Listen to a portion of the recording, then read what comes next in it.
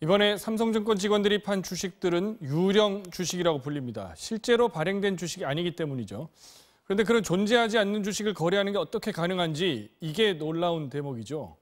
증권사가 맘만 먹으면 있지도 않은 주식을 찍어내서 팔고 주가를 조작할 수 있다는 얘기가 되는 것 아니겠습니까? 이게 본질인데요.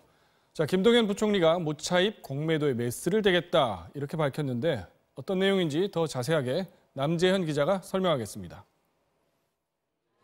삼성증권이 논리적으로 발행할 수 있는 주식수는 10만여 주에 불과합니다.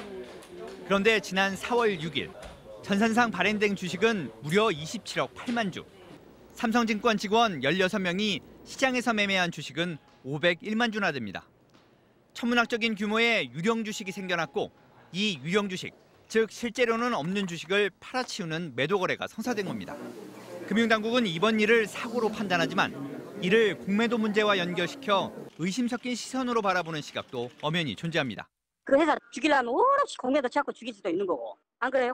가상한 주식을 만들어갖고 여태까지 거래했다는 거예요. 청와대 청원은 20만 명에 육박하고 있습니다.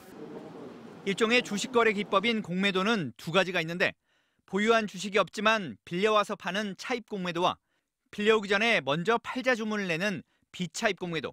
이 중 비차입 공매도는 불법입니다. 이번에 삼성증권에서 벌어진 일을 따져보면 실제 존재하지 않는 유령 주식이 생겨났고 그걸 실제로 팔아버리는 거래가 성사됐습니다. 또 이로 인해 주가가 폭락했다는 점에서 결과적으로 비차입 공매도와 다를 게 뭐냐는 겁니다. 전산 입력만으로 없던 주식도 만들어낼 수 있다는 게 밝혀진 셈이니 그동안 암암리에 증권사들이 불법 공매도를 해왔던 것 아니냐는 불신입니다.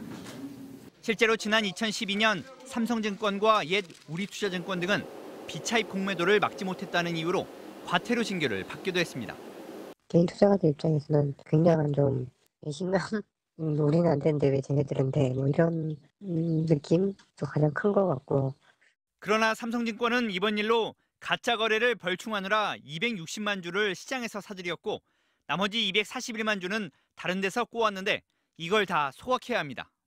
또 손해를 본 다른 주주들의 피해까지 보상해야 합니다. 앞으로 기관 투자자에게만 허용되는 공매도 제도에 대한 손질은 물론 주식거래 시스템 전반에 대한 신뢰를 높이는 근본적인 대책이 필요할 것으로 보입니다. MBC 뉴스 남재현입니다.